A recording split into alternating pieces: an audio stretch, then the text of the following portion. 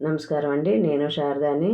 నేను ఈవేళ విష్ణు పురాణంలోన ద్వితీయ अंश ఉంది. 11 अध्याय स्टार्ट చేస్తున్నాను. मैं शारदा विष्णु पुराण का द्वितीय अंश का 11वां अध्याय आरंभ कर रही हूँ।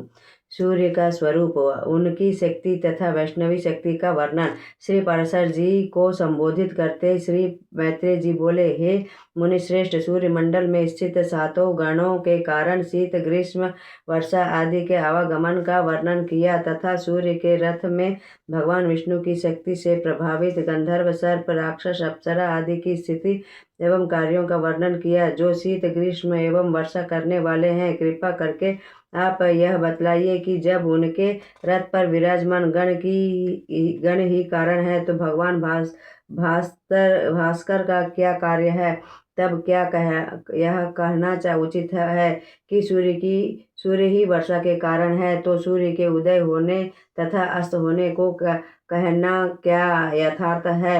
लोग क्यों कहते हैं। मैत्रेय जी के वचनों को सुनकर श्री पराशर जी बोले, हे मैत्रेय, 7 गणों में से भगवान भास्कर भी एक गण है, फिर भी उनमें प्रधान होना उसकी विशेषता है। सृष्टि की स्थिति एवं पालन हेतु सर्वशक्तिमान भगवान विष्णु ऋक, यजु और साम स्वरूप में सूर्य के भीतर वास करते हैं। जिस महीने में जो सूर्य होता है उसमें वे दत्तात्रेय रूप में भगवान विष्णु जी पराशक्ति सन्निहित होती है। पर पूर्वाह्न में ऋक, मध्याह्न में बृहद्रंथरादि यजुः तथा संध्या काल में सामश्रुतियाँ भगवान भास्कर की स्तुति करती है, जो साम रूप भगवान विष्णु का ही अंग है।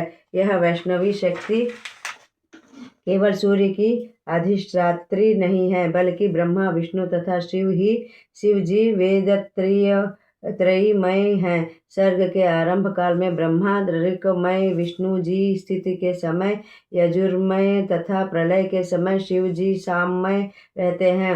इसीलिए साम योग की ध्वनि को सदोष माना गया है। इस प्रकार सात्विक की त्रयीमयी वैष्णवी शक्ति अपने 7 गणों से में स्थित सूर्य में ही उपस्थित होती है। उससे अधिष्ठित भगवान सूर्य देव अपनी तीक्ष्ण किरणों से सृष्टि के अंधकार का नाश करते हैं। उनकी मणिगण स्तुति करते हैं, अप्सराएं नृत्य करती हैं, गंधर्व यशोगान करते हैं, राक्षस रथ के पीछे चलते हैं तथा सर्पगण रथ को सजाते हैं और घोड़ों की बागडोर यक्ष संभालते हैं। त्रयी शक्ति स्वरूप भगवान विष्णु का न कभी उदय होता है और न ही अस्त। जैसे दर्पण के सम्मुख जो कोई भी जाता है उसी की छाया दिखाई देती है, ठीक उसी प्रकार भगवान विष्णु की शक्ति भगवान भास्कर के रथ में विद्यमान रहती है। दिन एवं रात्रि के कारण रूप सूर्य देव पितृगण, देवता और मनुष्य को तृप्त करते हुए विचरण करते हैं। उनकी सुषुम्ना नामक किरण से शुक्ल पक्ष चंद्रमा शोषित होता है और कृष्ण पक्ष में उस अमृत तुल्य चंद्रमा की एक एक कला का देवगण पान करते हैं। कृष्ण पक्ष का क्षय होने पर चंद्रमा की 2 कला का पितृगण पान करते हैं। इस प्रकार पितरों का तर्पण होता है।